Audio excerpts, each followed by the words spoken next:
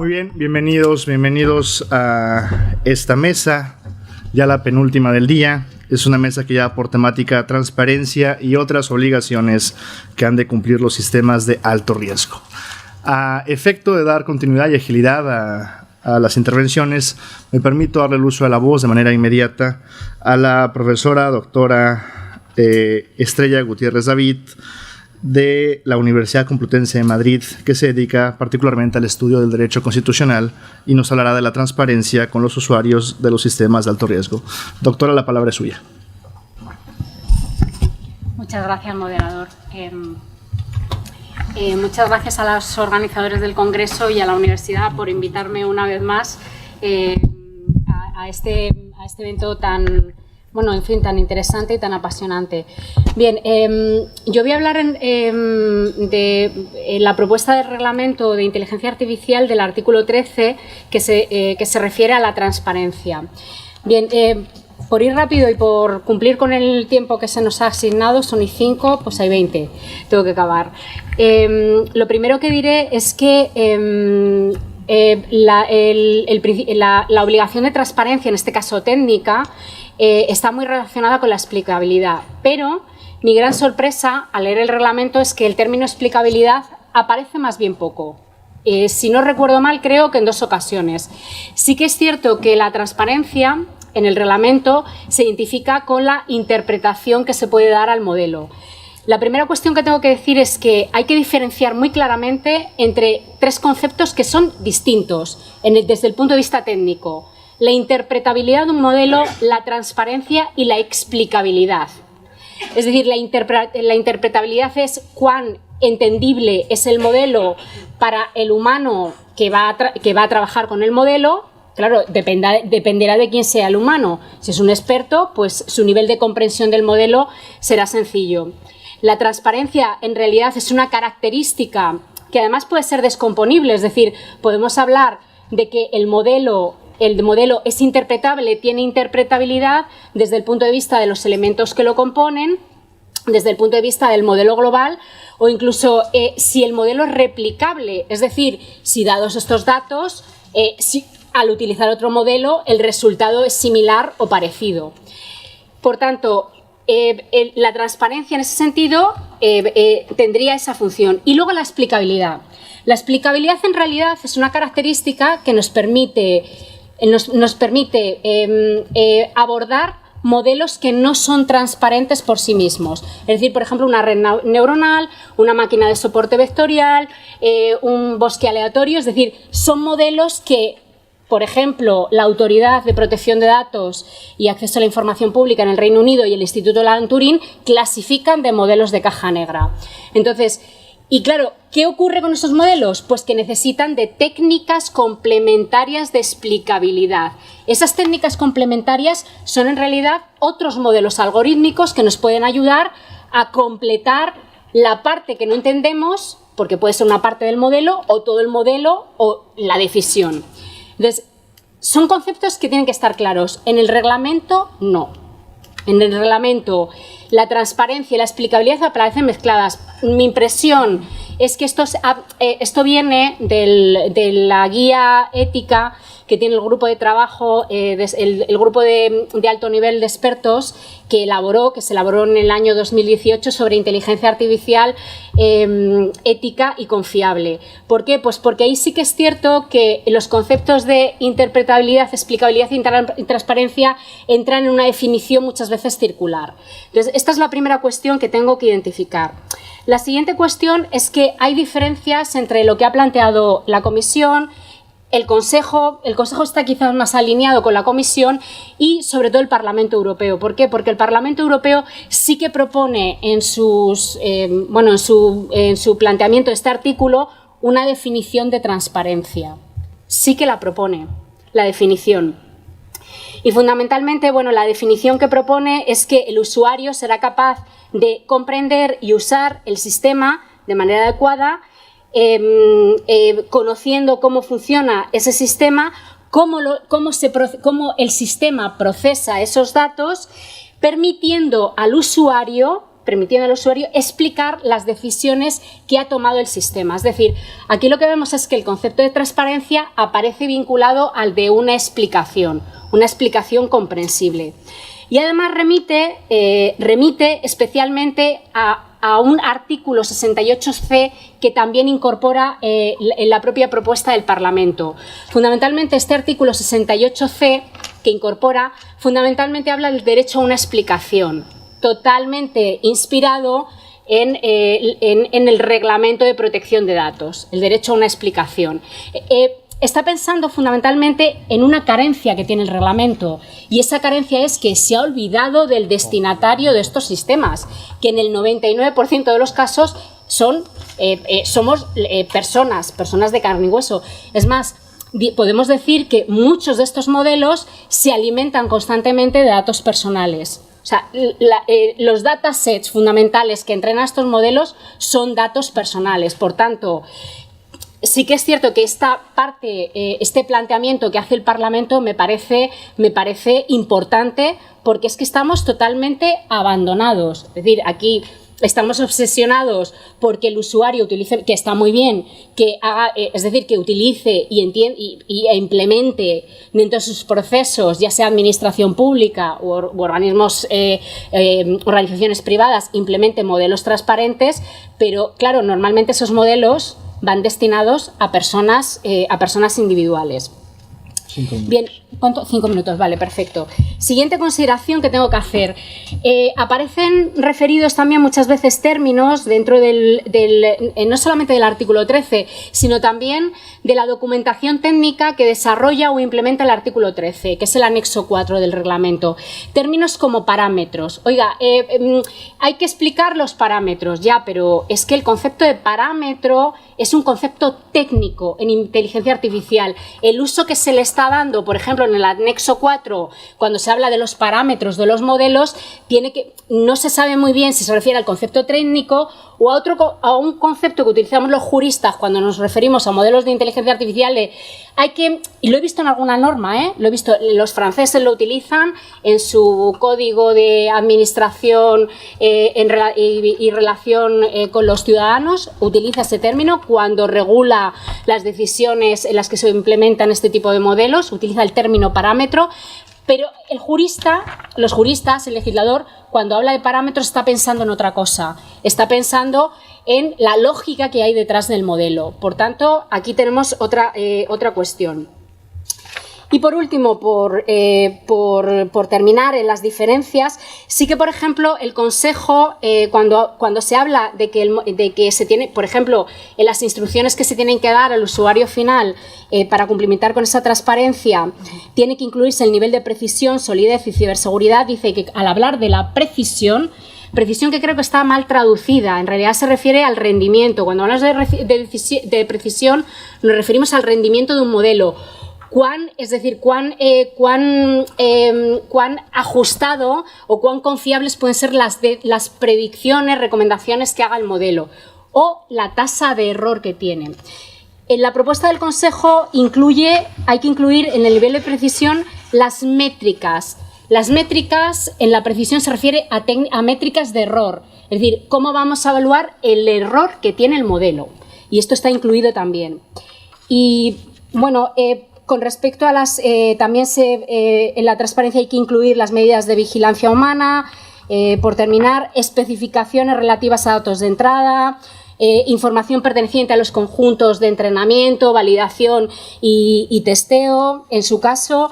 Y bueno, en principio, y por último, una adición que incorpora el Consejo, también el Parlamento, es que se expliquen, es decir, que el modelo incorpore instrucciones que expliquen, interpreten claramente los archivos de registro, los log. Es decir, que el usuario pueda entender, pueda interpretar bien cómo quedan registrados los eventos dentro del modelo. Es decir, por concluir en el tiempo, en fin, hay cuestiones que todavía no sé cómo quedará la cuestión final o la redacción final, pero todavía quedan bastantes cocinas que pulir. Muchas gracias.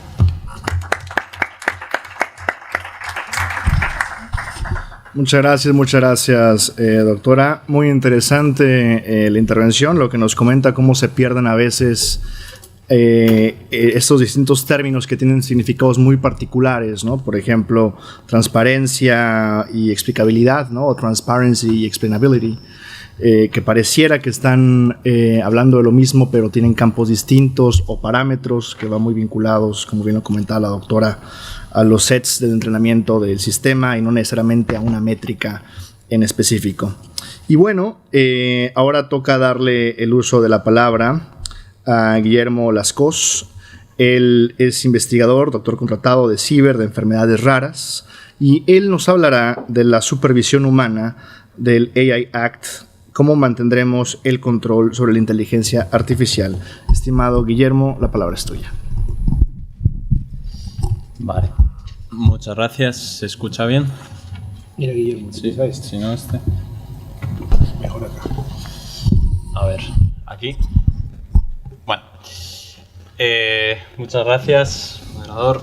Muchas gracias también a Lorenzo y Pere por la organización de este congreso y a la Universidad de Valencia, que tengo la fortuna de que es la segunda vez este año que la visito y estoy siempre encantado. Quizás os preguntéis si habéis leído el artículo 14 que habla de vigilancia humana, quizás os preguntéis por qué este chico habla de supervisión, por qué habla de control. Bueno, es simplemente porque soy muy terco, no me gusta la traducción y dentro de un par de años ya habré claudicado y hablaré de vigilancia humana, pero bueno, hasta entonces seguimos así. Lo primero, que es la inclusión de esta supervisión, de esta vigilancia. Muy modesto, no diréis que ha hecho la tesis doctoral sobre esto. Ah, vale. Bueno, eso también. Gracias, Lorenzo.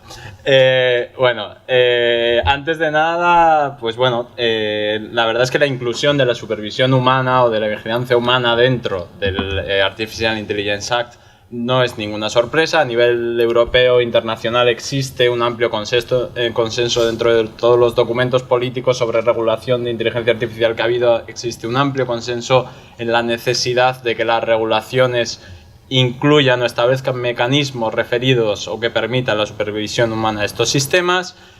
Y no obstante, y a pesar de este consenso a nivel internacional que existe, lo que pasa es que cuando observamos cómo han funcionado esos mecanismos de gobernanza basados en la supervisión humana que se refieren a toma de decisiones compartida con sistemas automatizados, lo cierto es que han fracasado. Ahí me hago un poco de autobombo del último artículo que publiqué junto a Paul de Hert de Computer Law and Security Review. Si os interesa el análisis de cómo el artículo 22 del reglamento ha supuesto un cierto fracaso en este sentido.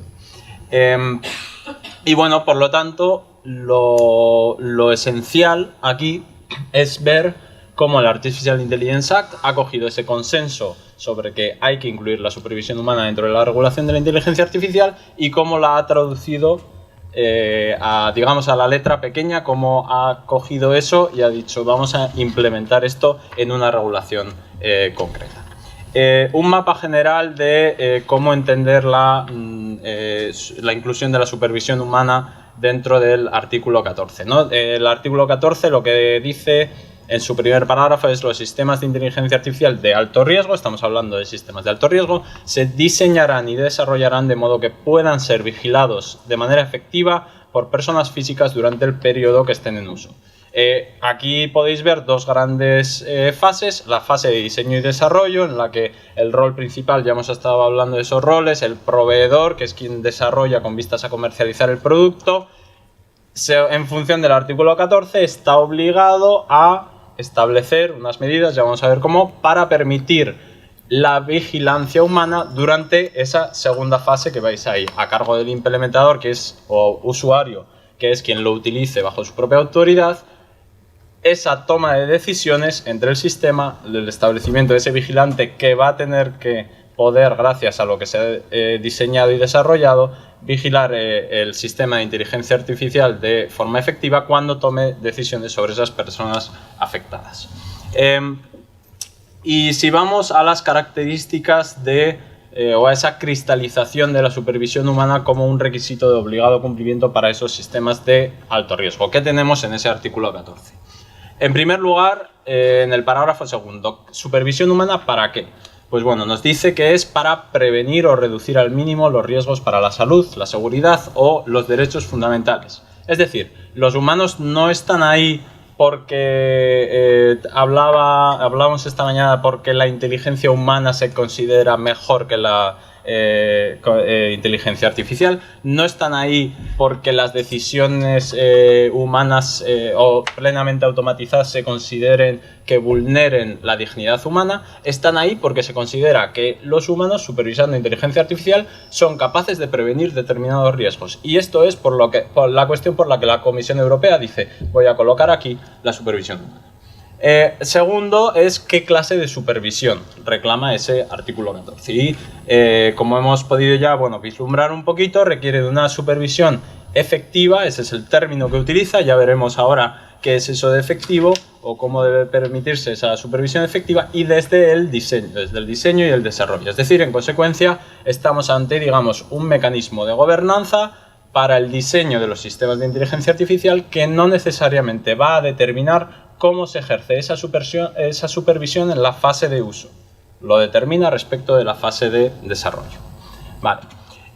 ¿Cómo conseguimos esa supervisión que llama efectiva, digamos? Bueno, pues el Artificial Intelligence Act lo que exige es la identificación de medidas por parte para el implementador, o bien la implementación de medidas cuando sea técnicamente posible para permitir esa supervisión.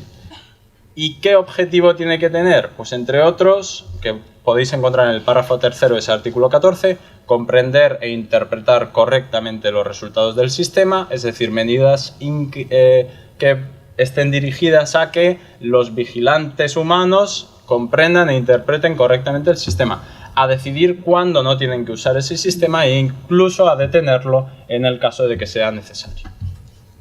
Y finalmente quedaría por ver cuál sería el rol del implementador en esa fase de uso. ¿Dice acaso algo el Artificial Intelligence Act respecto de qué tiene que hacer el implementador o usuario cuando lo utiliza bajo su propia autoridad? Bueno, pues principalmente en el artículo 29 lo que nos encontramos es la obligación general de utilizar el sistema conforme a las instrucciones que nos haya dado en esas medidas de supervisión humana que nos haya dado el proveedor.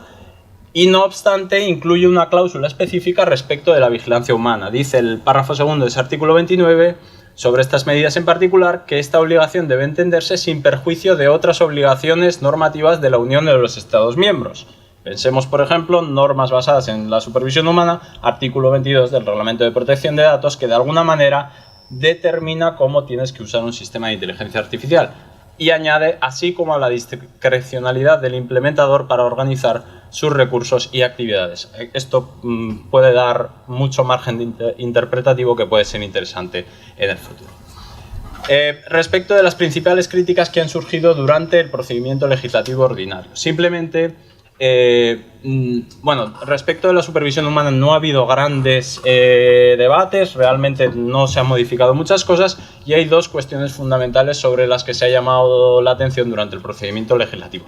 Primero, si había que incluir un derecho general de intervención o supervisión humana para la toma de decisiones basada en inteligencia artificial de alto riesgo. Es decir, tenía el Artificial Intelligence Act que incluir un, digamos, human in the loop para el uso de los sistemas. Por un lado, tenemos que la regulación actual, como he señalado al principio, ha sido un poco un fracaso y en este sentido necesitamos nuevas normas para la fase de uso que estén mejor determinadas. Pero por otro lado, el Artificial Intelligence Act tiene, por así decirlo, un alcance tan amplio que es difícil que establecer una norma de uso genérica para todos los contextos de uso posibles en los que podamos hacer uso de la inteligencia artificial. Y la segunda cuestión que ha estado sobre la mesa es que hablamos de supervisión humana, pero especialmente en la primera versión de la Comisión no nos habla nada acerca de qué tipo de humanos tenemos que poner a supervisar o en qué condiciones tienen que estar esos seres humanos supervisando. Y en este sentido es interesante que se haya incluido como obligación del implementador que esa supervisión sea realizada por personas competentes, formadas en el uso de inteligencia artificial y con autoridad para modificar las decisiones de ese sistema de alto riesgo. Y entonces, como Lorenzo nos había pedido que preparásemos las ponencias pensando un poco en que todos somos expertos y expertas, quería terminar un poco lanzando al aire los retos que pienso que va a tener la implementación de esta supervisión humana dentro del Artificial Intelligence. El primero es preguntarnos si realmente es posible que los humanos cumplan con ese objetivo normativo de reducir los riesgos de la inteligencia artificial. ¿Es esto posible? Aquí hay, para mí, dos caras de la misma moneda dentro del debate. Por un lado, hay muchos documentos, mucha doctrina hablando de la inteligencia humana es superior porque esto lo hace todo genial y tal cual. Si a mí me piden que haga las cuentas de la comida que hemos tenido hoy, pido por favor que hagáis caso a una calculadora y no a lo que yo habría calculado. Las loas genéricas a la inteligencia humana es lo mejor, no creo que nos lleven a ningún lado. Y por otro lado tenemos otra vertiente que dice, no, es que los sistemas de inteligencia artificial dentro de poco superarán a los humanos, bueno, pues entonces nos podemos sentar todos en el sofá y esperamos que la inteligencia artificial nos haga todas las tareas y ya está. Creo que hay margen para pensar que los humanos tenemos, dentro del contexto social y cultural, tenemos la suficiente valía como para determinar que en algo podremos aportar cosas. Se trata de dotarnos de evidencias respecto de qué es lo que hacemos bien los humanos y en ese sentido qué riesgos podemos prevenir y qué riesgos no podemos prevenir. Y en este sentido me parecen muy interesantes los entornos controlados de prueba para la inteligencia artificial. Os dejo aquí un pequeño análisis que hemos hecho desde el grupo de Citizen8, que somos un grupo de frikis en privacidad y protección de datos, sobre el Regulatory Sandbox que ha aprobado España con su Real Decreto 817/2023. Pero bueno, me parece esto, los entornos controlados de pruebas me parecen muy interesantes para avanzar en una supervisión humana basada en la evidencia. Y ya para ir terminando, la pregunta es si es necesario un human in the loop para asegurar una supervisión humana. Si nos fijamos en los avances de la tecnología, en realidad vamos viendo que paulatinamente la importancia del ser humano dentro de cada decisión de todo contexto va reduciendo gradualmente esa importancia. El Artificial Intelligence Act para mí tiene una cosa muy positiva, que es que no parece imponer un human in the loop sí o sí, o una determinada forma de supervisión concreta que haya de llevarse a cabo. Y esto, no obstante, tiene que complementarse con una falta de seguridad jurídica que tienen todos los operadores ahora mismo. Y por eso es muy necesario que tengamos un trabajo tanto a nivel normativo como a nivel multidisciplinar de desarrollo de guías, de formas de actuar en cómo vamos a implementar la supervisión humana o la intervención o el control o esa vigilancia de los seres humanos sobre la toma de decisiones humana. Y ya para finalizar,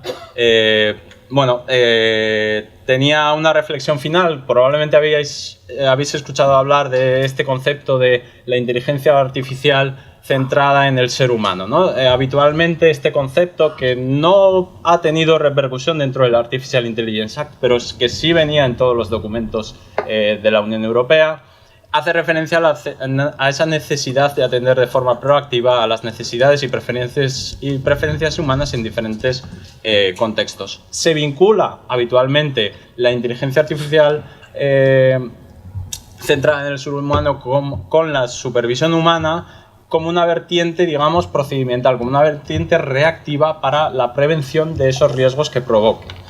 Como que los humanos tenemos que estar ahí para prevenir o para poner en contexto las necesidades y preferencias humanas cuando está funcionando el sistema de inteligencia artificial. Y la pregunta que yo me quería hacer es si el propio mecanismo de supervisión humana está atendiendo de forma proactiva a las necesidades y preferencias humanas. Es decir, cuando regulamos la supervisión humana estamos pensando en, digamos, la jueza, en el médico, en la policía, a la que le toque supervisar un sistema de inteligencia artificial durante 8 horas de su jornada laboral, 7,5 horas, ¿no? Hemos quedado.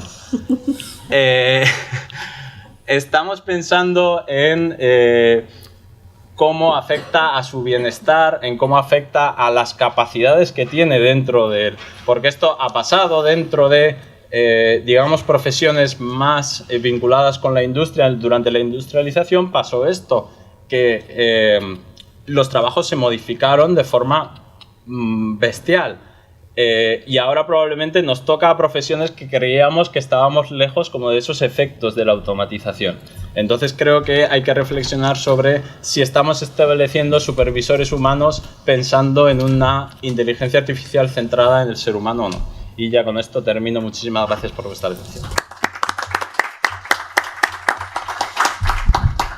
Muchas gracias, Guillermo. Sin duda alguna, muy interesante y provocadora exposición, particularmente pues con un tema que yo considero que va a dar mucho de qué hablar en los próximos años, que son las sandboxes de regulación, y también pues repensar si esta noción de human in the loop realmente nos dará más seguridad o es una falsa percepción de mayor seguridad a sistemas tan complejos. Y bueno, la siguiente exposición estará a cargo de la profesora Ana Aba Catoira, y ella es profesora de Derecho Constitucional en la Universidad de La Coruña, y su ponencia se intitula La precisión y solidez de los sistemas de alto riesgo. Profesora, la palabra es suya. Muy bien, pues muchas gracias. Bueno, en primer lugar, pues agradecer, como es lógico, a la organización y a la dirección del Congreso pues la invitación para estar hoy aquí pues compartiendo con todos ustedes este tiempo, ¿no? Como bien ha dicho el moderador, pues me corresponde hacer algunas cosas. ¿Sí? ¿Ahora? ¿Se me oye? A ver, sí, mejor. Un poco más. Vale. Pues digo que me corresponde, como ha dicho el moderador, hacer algunas consideraciones sobre los requisitos o las obligaciones de precisión y solidez exigidas en la propuesta de reglamento a los temas de inteligencia artificial de alto riesgo. Como ya se ha indicado en las ponencias de intervenciones anteriores, la mayor parte de la propuesta de reglamento sobre inteligencia artificial regula estos sistemas de alto riesgo, ¿no? Y una buena parte de su regulación, bueno, una parte de su regulación se dedica a establecer una serie de requisitos esenciales que son obligatorios para que estos sistemas de alto riesgo, como venimos diciendo, pues puedan acceder al mercado europeo con la intención lógica de evitar, bueno, de prevenir, evitar en la medida de lo posible, pues un impacto, un daño causado pues a derechos fundamentales, básicamente. Por lo tanto, con el objetivo de reducir daños en lo más posible, ¿no? En la medida de lo posible. También se ha dicho que esta regulación, estos requisitos obligatorios que introduce la propuesta de reglamento, se establecen en línea o se establecen como siguiendo un precedente que está recogido en las bases, las directrices éticas de la Unión Europea en materia de inteligencia artificial y en la línea, en el mismo plano, al mismo nivel que los principios internacionales sobre la materia. Entre los requisitos imperativos y los requisitos obligatorios para los sistemas de alto riesgo, hablamos de una serie de requisitos que han de cumplirse y que ha de verificarse que se cumplen. Por lo tanto, en el análisis que me corresponde del artículo 15, vinculo esta materia con el principio de proactividad que trae causa del Reglamento General de Protección de Datos de la Unión Europea. Creo que tiene una clara proyección en la propuesta de reglamento sobre inteligencia artificial. El principio proactivo, no solo cumplir, sino estar en condiciones de demostrar que se cumple, creo que subyace o está presente o atraviesa la regulación contenida en el artículo 15, que es el artículo del precepto donde se introducen esos requisitos. No son solo la precisión y la solidez, sino también es la ciberseguridad de la que se ocupará el próximo ponente en esta mesa. Y cuando hablo de proactividad, yo creo que también estos requisitos hay que conectarlos con el cumplimiento normativo. Cumplimiento normativo que también nos lleva a otro elemento que lo introduzco en el análisis del artículo 15, que es la colaboración público-privada. Y yo creo que la colaboración público-privada también está muy presente en toda la regulación del artículo 15, pues con respecto a algunas cuestiones que han salido en la mesa anterior, la última hora de la mañana, que se refiere al establecimiento de las medidas técnicas que permitan demostrar ese adecuado nivel o ese adecuado cumplimiento de precisión y solidez, que después tendrán que ser verificadas, como se señaló, y por tanto ahí la colaboración público-privada creo que es manifiesta. Los requisitos de precisión, solidez y ciberseguridad, este tercero, como digo, se ocupará mi compañero de mesa, tienen que estar presentes o tienen que cumplir no solo en el momento de diseño del sistema, de la técnica, de la tecnología, sino también en el desarrollo, ¿no? Por tanto, de forma que tiene que estar presente a lo largo del tiempo y tiene que estar presentes de forma continuada. Y esto en relación pues, con lo que decía antes, ¿no? Que tiene que haber una permanencia de cumplimiento o acreditar que se cumple durante todo el ciclo de vida del sistema. Por tanto, no es cumplir en un momento inicial el requisito, sino que es mantener el cumplimiento y estar en condiciones de demostrar que se cumple durante todo ese ciclo. Son obligaciones técnicas y por lo tanto requieren también, como se me da tiempo de ir después, pues que haya una preparación técnica adecuada, o bueno, ha salido respecto a otros aspectos antes, ¿no? A quien nos dirigimos cuando establecemos obligaciones en la norma europea. De lo que he dicho, pues me gustaría destacar dos ideas básicas: diseño y desarrollo, el nivel adecuado en el diseño y en el desarrollo, y el funcionamiento consistente durante todo el ciclo de vida. Por tanto, permanecemos. ¿Cómo lo determinamos? Lo determinamos a través de la técnica, como decía. Aquí, en esto no voy a, por cuestión de tiempo, no me voy a detener, pero algunas cuestiones han salido también por la mañana. Cuando se fabrican los productos, que se sigue siguiendo especificaciones técnicas propias o establecemos especificaciones técnicas que están establecidas a nivel regulatorio, a nivel normativo. Muy rápido y abreviando, ¿no? Diríamos que la mayoría de los temas de alto riesgo, el reglamento se inclina para que esas soluciones técnicas digamos que sean alternativas porque se desarrollan conforme a los conocimientos científicos o de ingeniería a discreción del proveedor del sistema de que se trate. Por tanto, deciden cómo quieren cumplir esos requisitos y aquí vinculo otra vez con la demostración del cumplimiento. En materia de controles del cumplimiento, de la adecuación necesaria o del nivel adecuado de cumplimiento de requisitos de precisión y de rigidez o de precisión y solidez, hacía antes referencia a la colaboración público-privada porque por un lado tenemos la posibilidad de la autoevaluación, pero que será un tercero independiente quien evalúe cómo sea autoevaluado, ¿no? Por tanto, ahí de nuevo entraría ese principio al que hago referencia.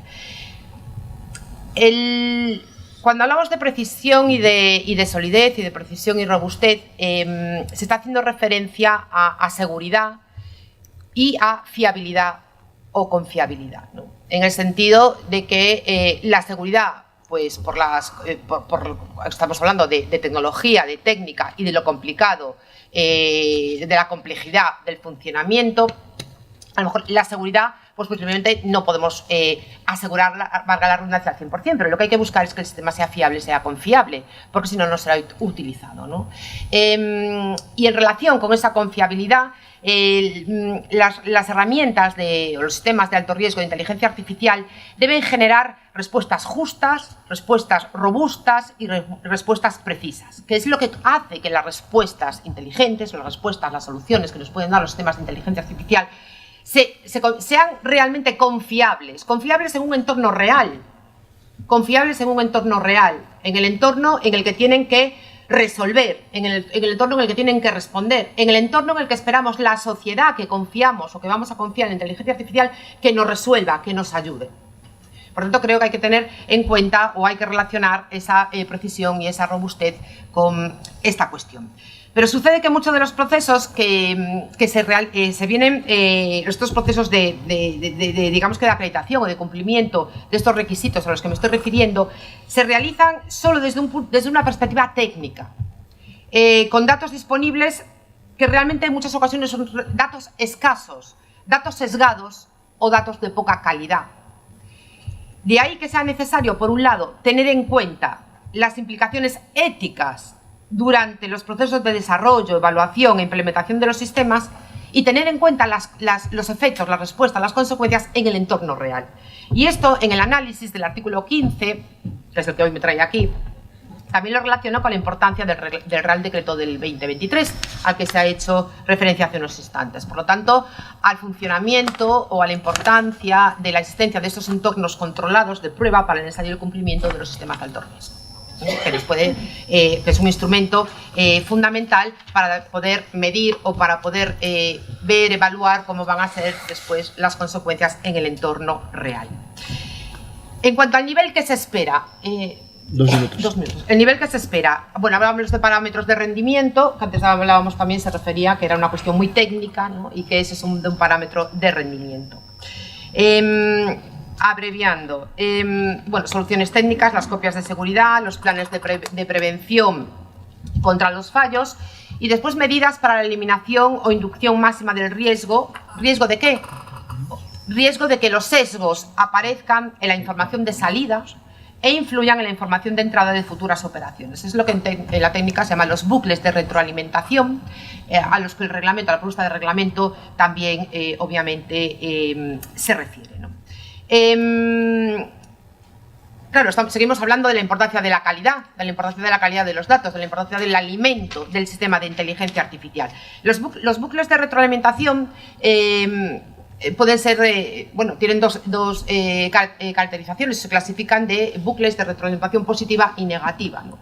Y aquí creo que también es importante tener en cuenta esta diferencia en base a la información que se genera para ser tenida en cuenta en la producción de resultados, ¿no? Resultados precisos, atendiendo a qué, pues a las expectativas y que se esperan como respuesta que pueda dar ese sistema de alto riesgo.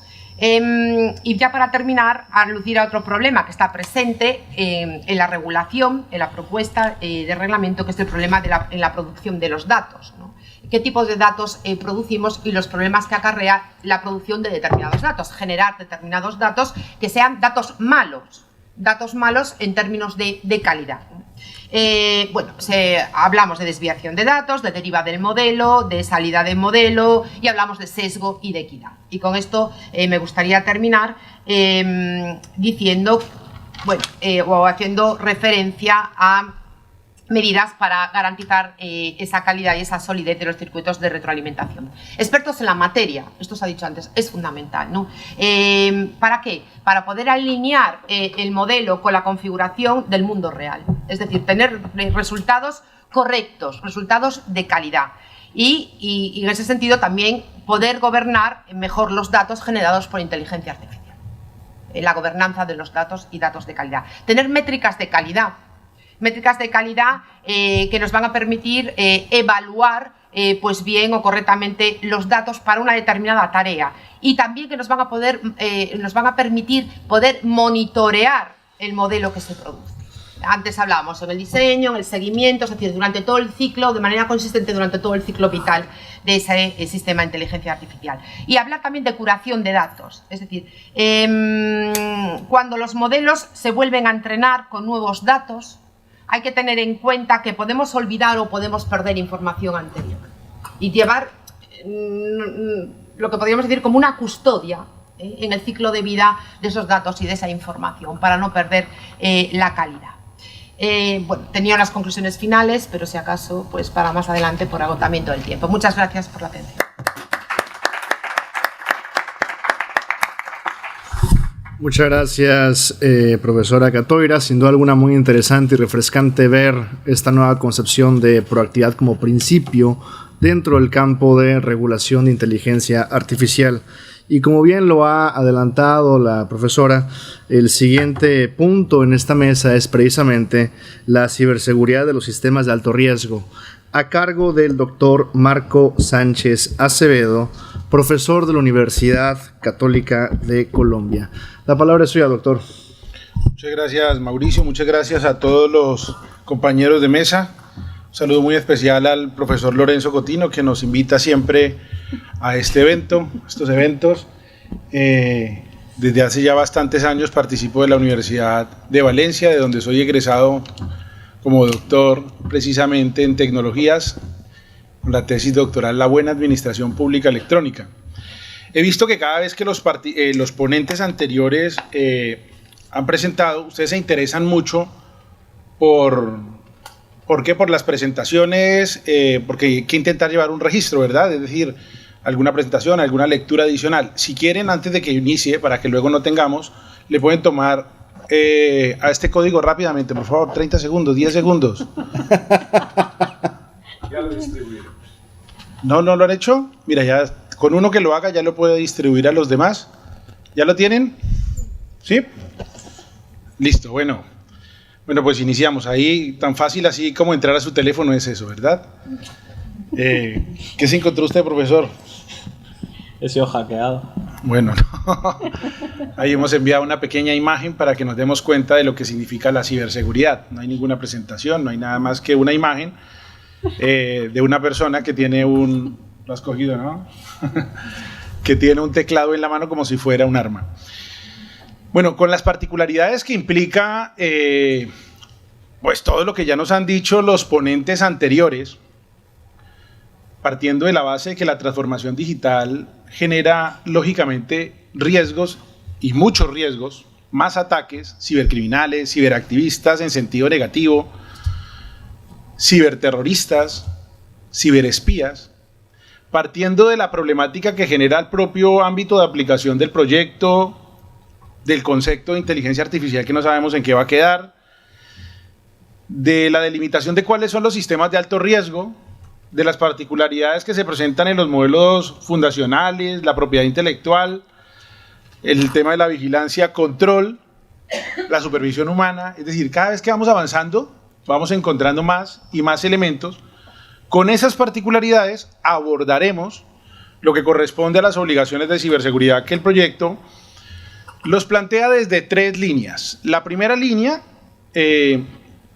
vamos a analizar cómo lo presenta el propio decreto, el propio proyecto. La segunda, a qué normas nos remite en cuanto a la aplicación.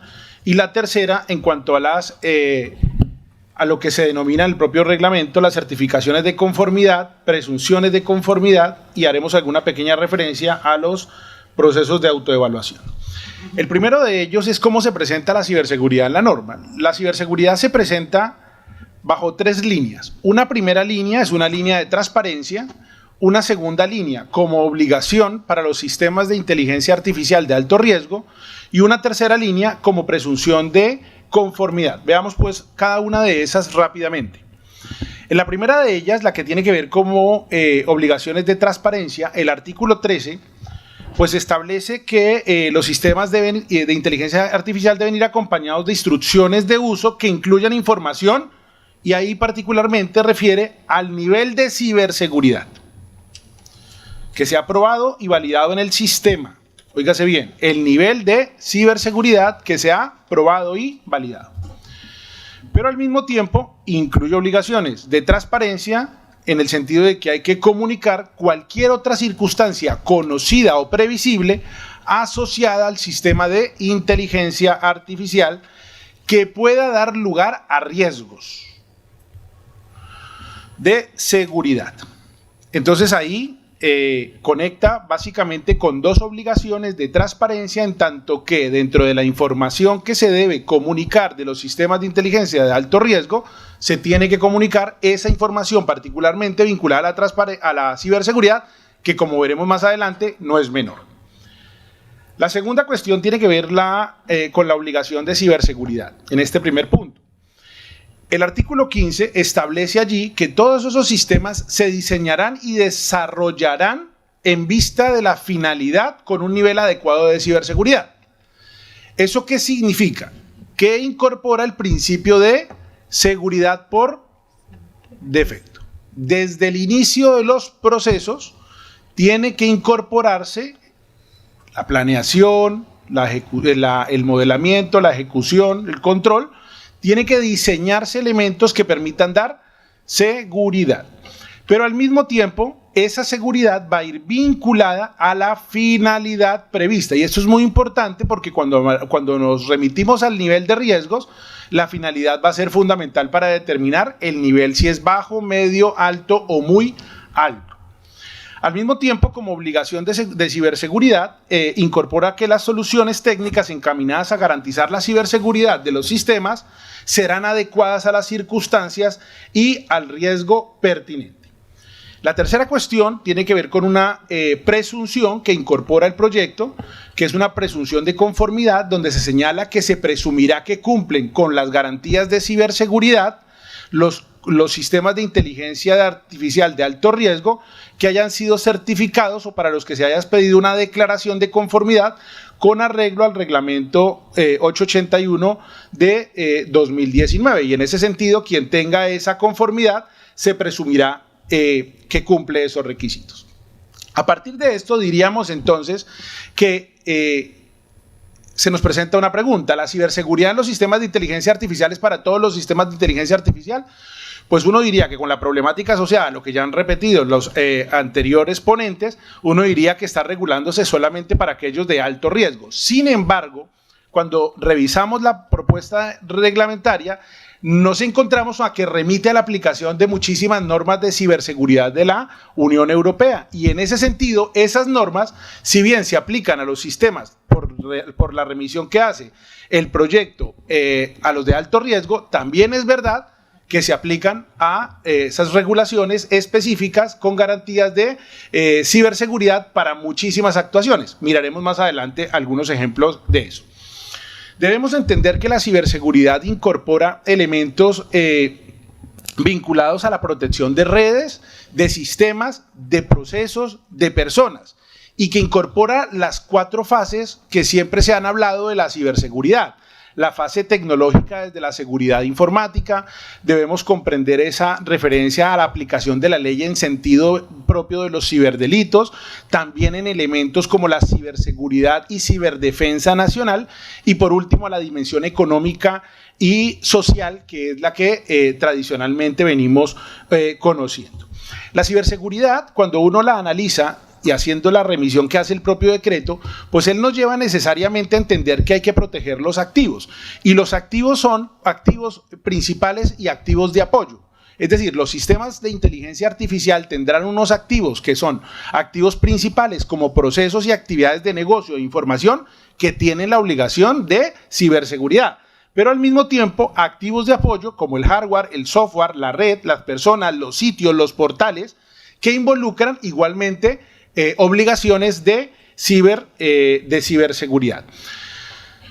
Esto hay que entenderlo, y esto hay que entenderlo ¿por qué? Porque detrás de la comisión de, yo siempre digo, de intrusiones, hay muchos actores, nacionales, extranjeros, públicos, privados, individuales, colectivos, con motivaciones de distinta naturaleza, motivaciones personales, motivaciones empresariales, motivaciones económicas, motivaciones criminales, motivaciones políticas que pueden generar y realmente materializar los riesgos que tienen los propios sistemas de información en general y en particular de los que hablamos el día de hoy, que son los de inteligencia artificial con alto riesgo.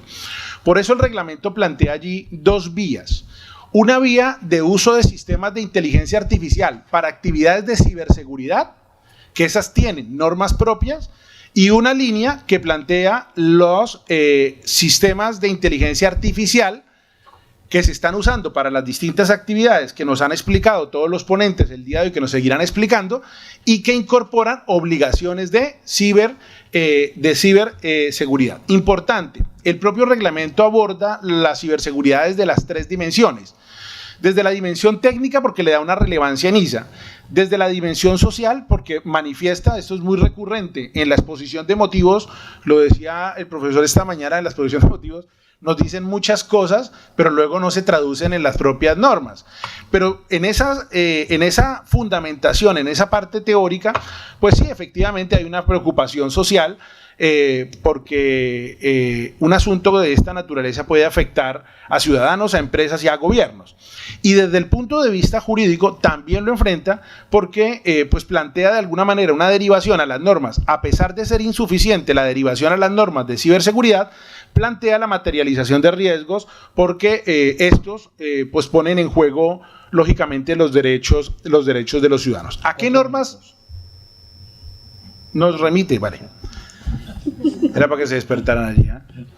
¿A qué normas nos remite ¿A qué normas nos remite el reglamento? Pues básicamente nos remite a la aplicación de la directiva NIS-2, a la directiva 2555, al reglamento sobre ciberseguridad, nos está remitiendo pues a las certificaciones, a los esquemas nacionales de certificación en ciberseguridad, al conjunto completo de disposiciones técnicas, normas, procedimientos, desarrollos que tienen las autoridades nacionales para la garantía de ciberseguridad. Nos está remitiendo igualmente a unas obligaciones que uno podría analizar y de pronto podría sacarle provecho. Por ejemplo, artículo 47 del reglamento 881 del 2019, que plantea programas de trabajo evolutivo de la Unión que incluyan productos, servicios o procesos de tecnología en temas de ciberseguridad. Uno podría con base en esta disposición pues tener un sistema de inteligencia artificial allí catalogado de alto riesgo con una certificación de seguridad independiente, es decir, una vía para poder tener una certificación de ciberseguridad independiente a sistemas de alto riesgo podría irse por la vía del artículo 47, plantea la derivación a los certificados de ciberseguridad a partir de los distintos niveles de ciberseguridad. Entonces, nivel básico, sustancial y elevado.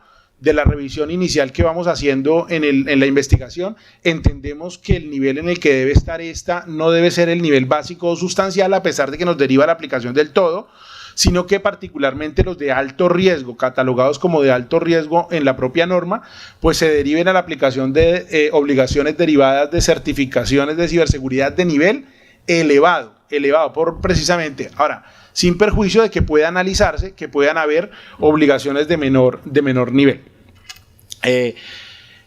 Rápidamente, una situación que evidenciamos allí, precisamente que en la remisión que se hace al reglamento en torno a la ciberseguridad, los estándares técnicos siempre van asociados a voluntariedad, y la pregunta es, ¿esto debe ser voluntario? Pues la propia norma dice que salvo que se disponga otra cosa en el derecho de la Unión de los Estados miembros, consideramos que sí debería haber allí como una insistencia en que realmente debe garantizarse, más allá del derivar a la aplicación de las normas, que cuando llegamos a las normas, algunas de esas normas técnicas, quizás muchas son voluntarias, probablemente sí necesitaríamos allí una vinculación de obligatoriedad directa en cuanto a unos estándares mínimos. Detrás de esto nos está derivando la aplicación de estándares como el de la ISO 27000, como el del ISM3, como el de la NIS. Para gusto en los colores, cada uno de esos tiene unos niveles de madurez que mide unas y otras cosas. En el ámbito de las administraciones públicas, que es particularmente allí donde hemos insistido, entendemos que deben existir normas muy directas de cumplimiento de obligaciones técnicas de cara a los desarrollos de inteligencia artificial que sean usados por autoridades públicas.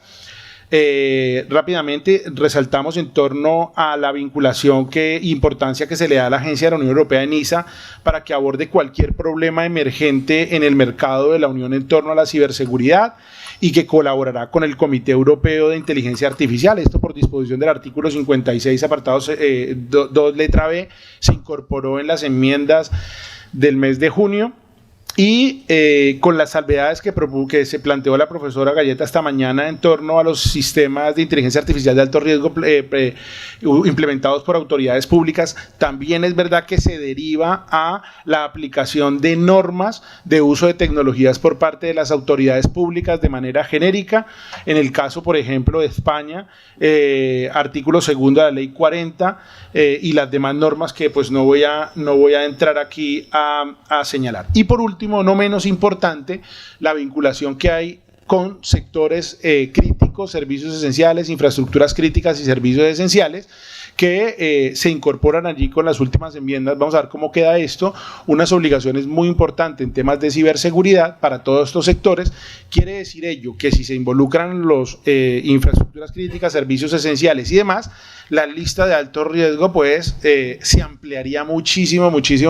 Yo también estoy de acuerdo con que probablemente son más de los que a veces nos imaginamos después de todas esas listas que nos envían a señalar.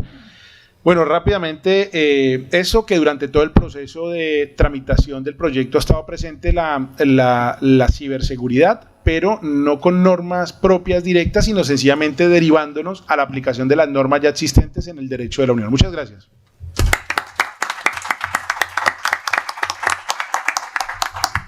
Muchas gracias a todas y todos los participantes de la mesa, a Estrella, Ana, Guillermo y Marco, por sus intervenciones y por haberse sujetado a los límites del panel. Me parece que tenemos tiempo para un par de intervenciones. Entonces estoy viendo manos levantadas, veo una, atrás veo otra. Entonces vamos a empezar de atrás para adelante, ¿no? Entonces, por favor. Levanta bien la voz, por favor. Sí, es que aquí te escuchamos mal, Pérez. Vamos a ver si se me escucha, sí. Bueno, yo tengo una cuestión que tiene que ver especialmente con la intervención de Guillermo, a ver si, que estaba relacionada con el binomio del que hablabas, ¿no? Las dos caras. La mesa está pensada, ¿no? Desde el punto de vista de las obligaciones, ¿no? Pero desde el otro punto de vista también son garantías, ¿no? Garantías para los ciudadanos. Entonces yo te quería preguntar, ¿hasta qué punto la supervisión humana es realmente una garantía? Porque tal y como yo veo todas las garantías, no solo la supervisión humana, es algo gradual, ¿no? Tanto la transparencia, la explicabilidad y demás son más bien garantías relativas, ¿no? Y también te lo quería preguntar en relación con el tipo de tecnología y poniendo algún ejemplo concreto. Por ejemplo, estos sistemas como el de Biogen o el de Risk Camping, poniéndonos en la situación de que consideremos que esto es inteligencia artificial, que en muchos casos es muy cuestionable, ¿no? Pero basándonos pues, en modelos que son sistemas expertos. Ahí, ¿hasta qué punto la supervisión humana es una garantía y no la tecnología que está condicionando al ser humano que luego tiene que acabar tomando la decisión? No sé si me puedes arrojar algo de luz al respecto, porque tengo bastantes dudas.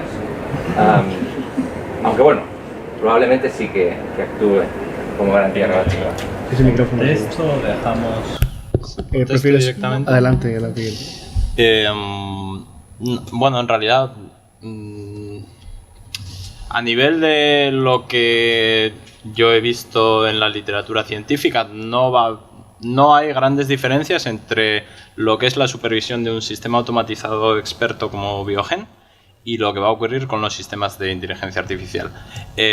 Todos los sistemas tienen un efecto de dominancia tecnológica que tiene muchas repercusiones incluso a largo plazo.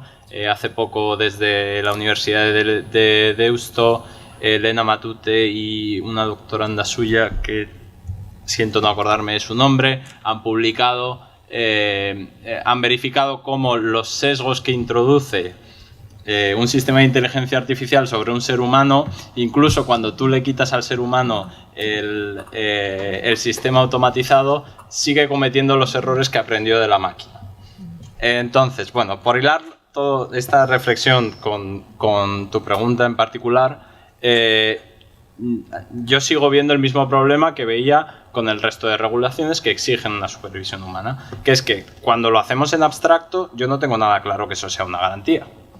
Porque en Biogen, con la publicación del informe de éticas, lo vimos muy claramente, que realmente lo único que estaban haciendo los agentes era, en su caso, subir la graduación del riesgo, nunca bajarlo, porque hacen una práctica como puede ser la práctica de la medicina defensiva. Es decir, yo nunca voy a hacer algo que me perjudique respecto de mi posición. Y eso es un problema.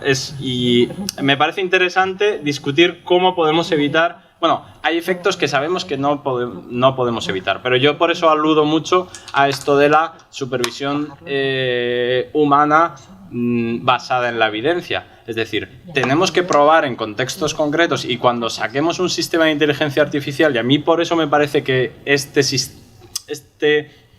supervisión humana que introduce el Artificial Intelligence Act es interesante, porque le exige al proveedor probar que efectivamente ese sistema funciona para lo que dice que funciona y que puede ser supervisado.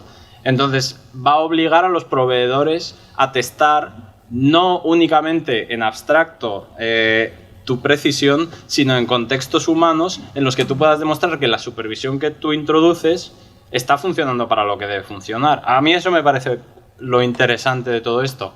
Que después vaya a funcionar, pues yo viendo los antecedentes no tengo muchas esperanzas, pero... Muchas gracias, Guillermo, muy interesante. Hay una segunda pregunta. Adelante, caballero. Gracias al ponente. Muy brevemente, es una preocupación o reflexión que nos surge sobre todo de las manifestaciones que han hecho los ponentes por la última de ciberseguridad.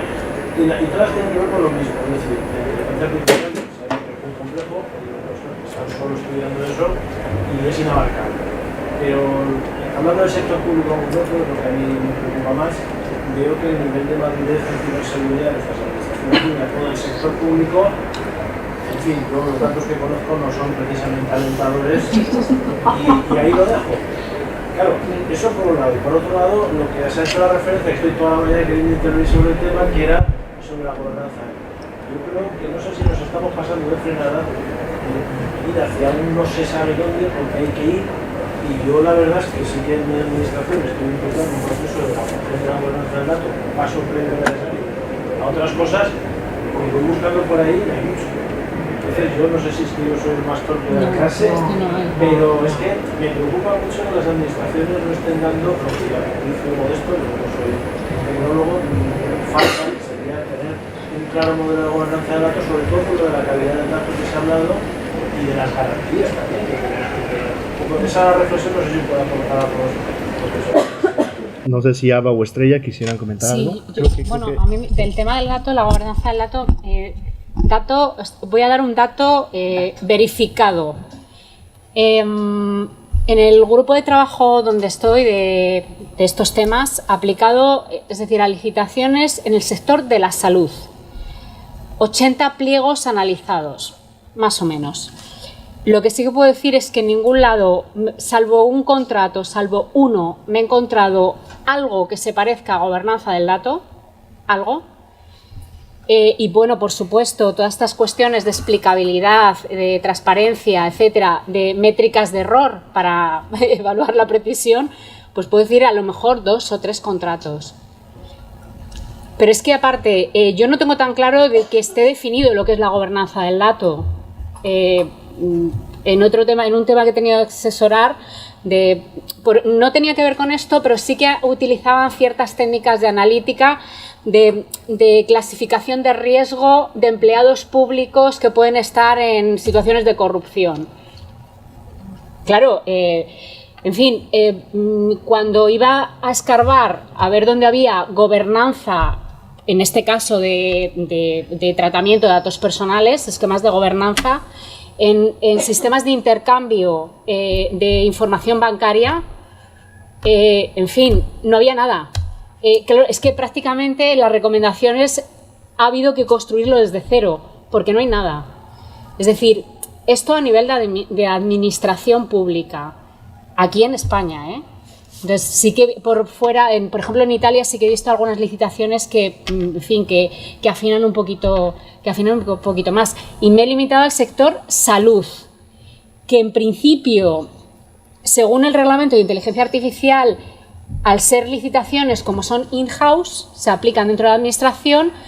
El reglamento específico que aplica a dispositivos médicos excluye en su artículo 5 precisamente a los desarrollos in-house de un certificado de conformidad. Y por aplicación del artículo 6 del reglamento de inteligencia artificial, al no cumplir el segundo requisito, se quedarían fuera. Caramba, yo es que estoy viendo que se están licitando cosas un poquillo peligrosas, no sé. Y conectando con lo que decía Guillermo, claro, ahí donde está la supervisión humana en un médico que tiene una lista de espera que no puede y le dan un sistema, mira, detección del cáncer, clasificación de emergencias, usted va a quirófano, usted se queda en su casa que no tiene nada. Ya está. Sí. Creo que querías comentar algo. Bueno, si recuerdas, dije que tenía unas conclusiones. En las conclusiones, en las conclusiones pues iba el tema de la formación humana, ¿no? Bueno, en esto y en toda la vida, que a veces pues, lo que se dice que se empieza desde la casa por el tejado, ¿no? No tenemos recursos humanos preparados en buena medida, ¿no? Entonces, incluso a mí me pasa, ¿no? O sea, te pierdes con... son cuestiones súper técnicas, ¿no? Que quieres, y antes también lo hablábamos, la traducción de los términos del inglés al castellano, cuando se habla de parámetros, pues a lo mejor no es el parámetro del que habla el reglamento, el que nosotros podemos tener en mente, ¿no? Esa idea que podemos compartir sobre parámetros. Entonces, claro, hay que formar el personal, lógicamente, para poder trabajar estas materias con un mínimo de calidad, ¿no? que decía antes, o al menos saber qué tienen que hacer y cómo se tiene que hacer. Y esto lo podemos trasladar a los evaluadores, ¿no? A quién va a evaluar y si tiene preparación suficiente para conformar un estándar o dar un estándar mínimo de calidad. Muchas gracias. No sé si quisieras redondear algo, Marco. Sí, con relación al tema de ciberseguridad, efectivamente, pues todos los índices cada vez que salen nos señalan que hay aumento exponencial. Pero yo adicionaría algo a lo que has dicho, y es que la inteligencia artificial también se utiliza para cometer actos delictivos. Y en ese sentido, pues no debaten tanto como nosotros. Ellos materializan más, van al grano, y como consecuencia de ello, pues probablemente podemos ir un poco más atrás. Importante, que es pues lo que uno evidencia, ¿no? Evidencia unas administraciones públicas que usan tecnologías como sea, que no cumplen muchas veces con los estándares técnicos de ciberseguridad, que cuando hay un ataque informático se derivan responsabilidades no solamente penales, tienen que revisar responsabilidades de tipo administrativo, de tipo disciplinario, de tipo fiscal. A veces adquieren dispositivos electrónicos que no sirven para absolutamente nada y se gastan una millonada y se pierde el dinero del público, ¿vale? Entonces ahí estamos fallando. Probablemente ahí en los próximos años tiene que haber es decir, tiene que insistirse mucho en el tema del control y la vigilancia de autoridades públicas que usan tecnologías y las responsabilidades que se derivan por el mal uso de tecnología, responsabilidades de distinta naturaleza, no solamente penales, que también, sino responsabilidades de otra naturaleza. Muchas gracias. Pues quedan dos preguntas. Me atrevería a sugerir que se hicieran juntas y las pudiéramos deshogar. Yo tengo muchas, no sé si... Bueno. Vamos con las múltiples preguntas de Lorenzo. Hacerlo desde aquí, pues, si no, luego no se graban y a veces sí que se echan en falta los que lo ven en vídeo, no sé si se oirá. Pero nada, muchísimas gracias, y ahora no me contengo cuando estoy ahí, entonces menos me contengo cuando estoy aquí, porque lamentablemente no ha habido ocasión de la anterior mesa que hubiera un turno de este tipo de reflexiones. Pero bueno, yendo al grano, tengo algunas reflexiones y algunas preguntas concretas. Una más o menos se ha formulado respecto a la supervisión. ¿Hasta qué punto consideras que cuando hablamos de control humano, intervención humana, supervisión, habría que precisar, es muy diferente el artículo 22, que establece una explicación humana ex post o un control humano ex post? La pregunta un poco sería, ¿cómo está relacionado el 22? Aunque has adelantado que ha fracasado relativamente, el ámbito de aplicación es diferente, pero creo que aquí estamos claramente hablando de un control humano ex ante en el diseño, que puede haber interfaces que permitan la intervención. La pregunta un poco más concreta, primera, la relación entre uno y otro. Es decir, artículo 22, Reglamento de Protección de Datos, que establece supervisión y explicación ex post, y algo que alguna ocasión he pensado, si en razón del artículo 14 del Reglamento de Inteligencia Artificial es obligatorio el control y la intervención humana, ello podría evitar la aplicación del artículo 22 del Reglamento de Protección de Datos, porque es para las actuaciones solo automatizadas. Y como aquí va a haber un control o intervención humana obligatorio, ¿hasta qué punto podría eliminar eso? Pero sobre todo también, ¿hasta qué punto también crees que es una variable de riesgo el que haya intervención o supervisión humana? Aunque eso, yo creo en todo caso, todo está bajo el modelo que ha señalado Ana, todo esto es responsabilidad demostrada, adaptativa a cada tipo, a cada finalidad, a cada uso y propósito y caso de uso diferente. Entonces hay que demostrar que al menos se ha hecho una intervención humana o un control que sea eficaz. Pero bueno, ahí he dejado un par de preguntas. Otra concreta respecto de transparencia. Aquí yo creo que es muy importante subrayar siempre que la transparencia del Reglamento de Inteligencia Artificial, el artículo 13, es al usuario, al que compra el producto, no al ciudadano. Pero mi pregunta concreta es, el artículo dice transparencia es dar la información del fabricante proveedor al comprador suficiente para cumplir sus obligaciones legales. Y entre otras obligaciones legales están las de protección de datos, por ejemplo. Es decir, ¿hasta qué punto crees que se va a obligar a facilitar información para que pueda cumplir el usuario sus obligaciones como responsable de protección de datos. Esa sería la pregunta concreta. Luego, respecto de Ana, aquí lo has mezclado muy bien, porque ella también lo ha abordado. El tema, por ejemplo, está muy vinculado a sesgos, el tema de la robustez, la fiabilidad. Se aborda esencialmente en el reglamento desde la fiabilidad, la robustez del sistema y la gobernanza del dato, pero son dos cosas separadas. Yo ahí sí que señalaría, se te ha hablado de manera muy negativa que no hay gobernanza del dato. Ojo, técnicas de gobernanza del dato estandarizadas hay, y muchas. Que no se estén exigiendo en los contratos públicos, eso ya es otra cosa. Pero sí que hay muchas técnicas para hacer una buena gobernanza de datos, hoy por hoy, bastante consensuadas. Eso sí que lo considero.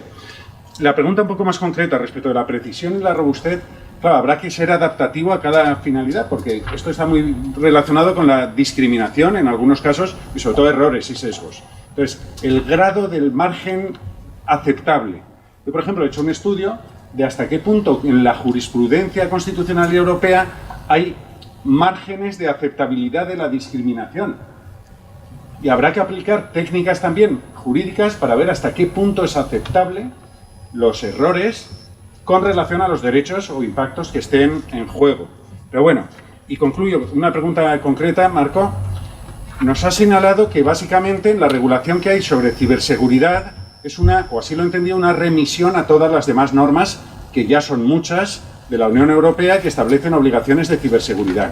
Pero la pregunta, yo sí que considero que hay un contenido propio en el reglamento que establece obligaciones propias, más allá de recordar que hay otras regulaciones que las establecen. Y esa sería la pregunta, si consideras que hay alguna obligación específica. De hecho, se mencionan dos casos, el caso de contaminación de datos y el caso de los, lo que llaman, creo, ejemplos adversarios. Yo creo que ahí ya está diciendo específicamente que eso al menos sí que es añadido a otros, al cumplimiento de otras obligaciones del reglamento. Nada, muchísimas gracias y perdonad por la extensión. No, por nada. Pues bueno, creo que podemos comenzar de este lado, si te parece, Marco, posteriormente con la intervención de Guillermo, y luego pasaríamos a unas reflexiones aquí sobre contrato público y gobernanza del dato. Entonces, adelante, Marco. Vale, muchas gracias. Bueno, básicamente, profesor Lorenzo, muchas gracias por su pregunta.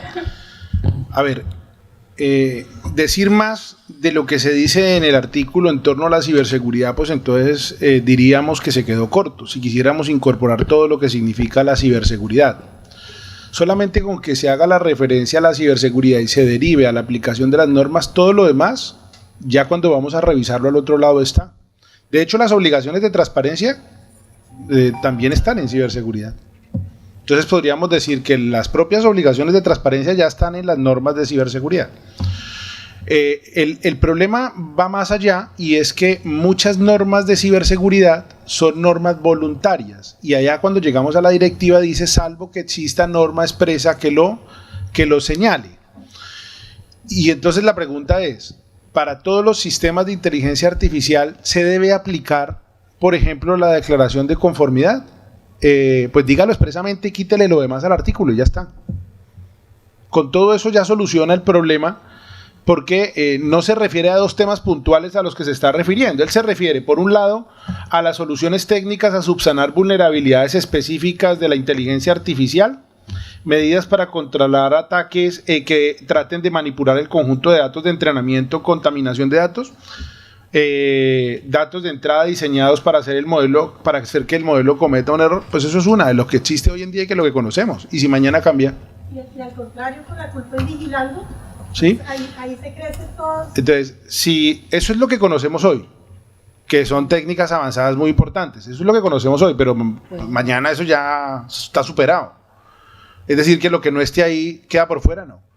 Está arriba. ¿En dónde? En la cláusula general que dice debe garantizar la ciberseguridad. Yo creo que la clave del reglamento de la propuesta debería ser decir, oiga, mire, y usted además en estos sistemas de inteligencia artificial debe contar con certificado de conformidad. Punto, ya está. Entonces ahí ya enlaza directamente con la norma de las certificaciones de conformidad que tienen, hombre, solamente la aplicación de una norma, por ejemplo, como la NIS, tiene más de 175 controles técnicos directos, donde uno puede llegar a ir a coger con lista en mano, venga, control de esto, pam, cumplió o no cumplió, tal, listo. Pero claro, ahí queda pues como la medio interpretación. Claro, si uno quiere ser muy benevolente en la interpretación, pues dice, sí, estamos hablando de sistemas de alto riesgo y aquí si vas arriba a la exposición de motivos, ahí estaban diciendo qué tal, ¿sí? Pero pues eso genera ahí una situación de debate que creemos que debería eliminarse porque son sistemas de alto riesgo. Y si está diciendo que son sistemas de alto riesgo porque cumplen unas características, pues el nivel de seguridad digital, de ciberseguridad, debe ser un nivel de ciberseguridad adecuado. Y lo adecuado probablemente termine siendo un nivel bastante importante con la acreditación de elementos de tipo técnico. Muchas gracias, Marco. Guillermo, adelante.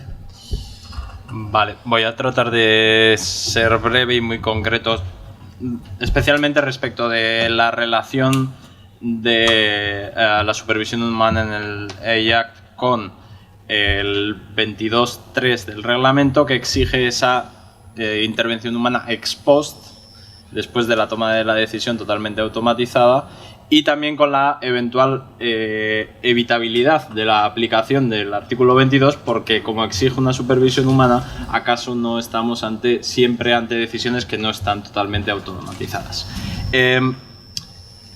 Si nos fijamos en el propio artículo 14, la cosa es que dice: las medidas mencionadas en el apartado 3, esto es de las medidas que tiene que poner en aplicación el proveedor, permitirán que las personas a quienes se encomiende la vigilancia humana puedan, en función de las circunstancias, entender por completo las capacidades, interpretar correctamente la información de salida, decidir en cualquier situación concreta no utilizar. No lo está imponiendo en todos los casos, parece algo como abierto. Y además, si vamos al artículo 29, dice expresamente respecto de las obligaciones del usuario que lo va a poner en marcha, que deben entenderse todas estas medidas que tiene que obedecer el usuario que le ha puesto el proveedor, deben entenderse sin perjuicio de la aplicación de las normas de la Unión Europea o de los Estados miembros que puedan afectar a esa fase de uso. Es decir, para mí, punto primero, no está exigiendo una supervisión humana que vaya a evitar necesariamente que se tomen decisiones totalmente automatizadas.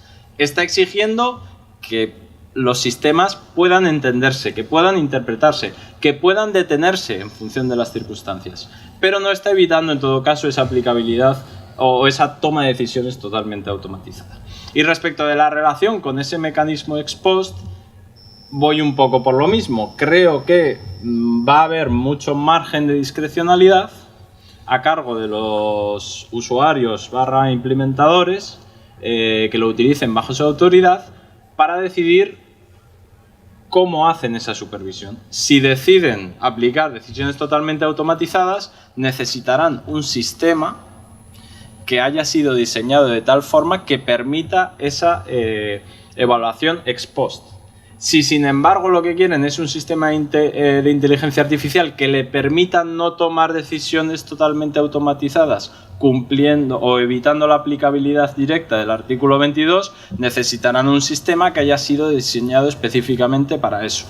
Creo que va a ir por ahí, pero creo que vamos a necesitar bastantes guías para enterarnos. Muchas gracias. Estrella. Sí, gracias. Profesor Cotino, no sé si entendí bien su pregunta. Se refiere a si el requisito de transparencia que prevé el artículo 13, en tanto y cuando se cumpla, me permite estar cumpliendo con otra normativa, por ejemplo la de protección de datos. A ver, lo que dice la Comisión Europea, al menos en la propuesta que hace la Comisión Europea, es que la transparencia, es decir, el nivel de transparencia, serán los adecuados para que el usuario y el proveedor cumpla con las obligaciones oportunas previstas en el capítulo 3 de este título, no con otras normas, no hace referencia a otras normas. Es precisamente en la adición que quiere meter el Parlamento Europeo donde sí que se dice, oiga, primero defina usted lo que entendemos transparencia, pero pensando más en los destinatarios de estos sistemas, es decir, en los ciudadanos. Y además, digamos, la redacción que se le ha dado a ese artículo 68C, que es una adición que propone, es el derecho a una explicación individual en la toma de decisiones, que en su fórmula de redacción tiene mucho eco, hace eco del artículo 22. Pero además, que no lo dije por falta de tiempo, añade que, bueno, que esta explicación que se le dé a los ciudadanos o a los destinatarios podrá verse excepcionada por el derecho de la Unión o por el derecho nacional cuando, y aquí ya quiero decir, las técnicas de ponderación nos van a poner los pelos como escarpias.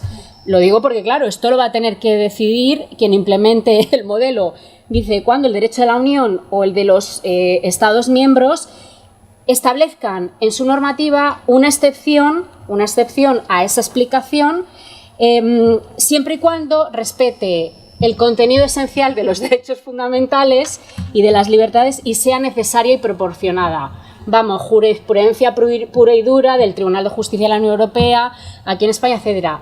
Yo cada vez que me he tenido que enfrentar a que, es decir, cuando he tenido que explicar algunos proyectos, no, oiga, usted tiene que hacer una evaluación de necesidad y proporcionalidad, que por ejemplo el Comité Europeo de Protección de Datos tiene una guía de 80 páginas para cada requisito que es tremenda. Es decir, que es esa tarea de ponderación normalmente la hace el juez. Lo va a hacer esto digamos, el que diseñe el modelo y el implementador del modelo. En fin, por eso digo que creo que, y por supuesto no menciona la propuesta del Parlamento nada de garantías, porque cada vez, por ejemplo, el reglamento en el artículo 6, cuando habla de que cuando la base de legitimación del tratamiento sea cumplimiento de una misión de interés público, lo que dice, oiga, muy bien, la ley que defina, que atribuye la competencia a quien tenga obligaciones de cumplir una misión de interés público, que normalmente está pensando en las administraciones, esa ley identificará categorías de datos, sujetos afectados y además las garantías. Por aquí no veo las garantías en la propuesta del Parlamento, siendo mejor que lo que plantea la Comisión. Sin embargo, bueno, pues tiene ahí, se nota que falta un poquito de trabajo. No sé si he sido capaz de responder. Sí, no, en referencia a los sesgos y a la discriminación, sí, el margen, sí. Bueno, cuando estamos hablando de precisión y de solidez, lo que hablamos son de garantías de calidad, ¿no? De garantías de calidad que son las que hacen que al final, que a la postre, que el sistema sea realmente un sistema fiable y un sistema seguro. La preocupación por la confiabilidad nos lleva a hablar de datos, de la necesidad de contar o de trabajar con datos de calidad. Y aquí creo que son fundamentales las técnicas de entrenamiento, del modelo para garantizar que se está, es decir, que no se convierte en una fuente de discriminación. El margen, claro, o la importancia de la calidad, o cuánta calidad, o cuánta posible discriminación. Bueno, la posible discriminación, margen de discriminación en principio no debería existir, no debería haber, pero sí va a haber, porque van a haber sesgos y van a haber errores inevitables, ¿no? Y eso creo que es algo que hay que tener presente, pero en relación con eso, yo creo que ahí es fundamental el seguimiento de ese ciclo vital del que hablamos, para poder estar a tiempo de intervenir o incluso de cerrar o de cortar el proceso para que no se materialice o para mitigarlo en la medida de lo posible, ¿no? Digamos que el riesgo cero no existe. No sé, cuando hablamos de datos de calidad, datos pues exactos, completos, que representen o que mapeen que representen, ¿no? a mayor número de personas. Por ejemplo, una organización X realmente lo que va, o los datos que va a introducir, pues no sé, una entidad financiera, por ejemplo, son datos de su clientela. Entonces está excluyendo un montón de datos. ¿Va a sesgar? pues posiblemente. Entonces, el margen, yo creo que para cada caso concreto habrá que estar o sea, pura casuística al final, ¿no? Dependiendo pues esto, pues de la finalidad, el uso, el contexto y pura casuística, ¿no? Y ahí creo que entra otra vez el principio, o cobra importancia o significado, el principio de proactividad, el cumplimiento que tiene que estar, actuar pues de forma con esa responsabilidad proactiva que le hace estar al momento y al seguimiento de cada caso, ¿no? Pues muy bien, muchas gracias. ¿Tenemos una pausa y café o para otra pregunta más? Sí, igual que tenemos bajo, no sé si habrá que hacer cola para el café, entiendo que sí. Correcto. Hay más cosas que Veo que quedan un par de preguntas. Ha sido una mesa espectacular. Creo que en el café será un muy buen formato para discutirlas tete a tete. Y bueno, ha sido excelente. Muchas gracias y felicidades a todos. Gracias.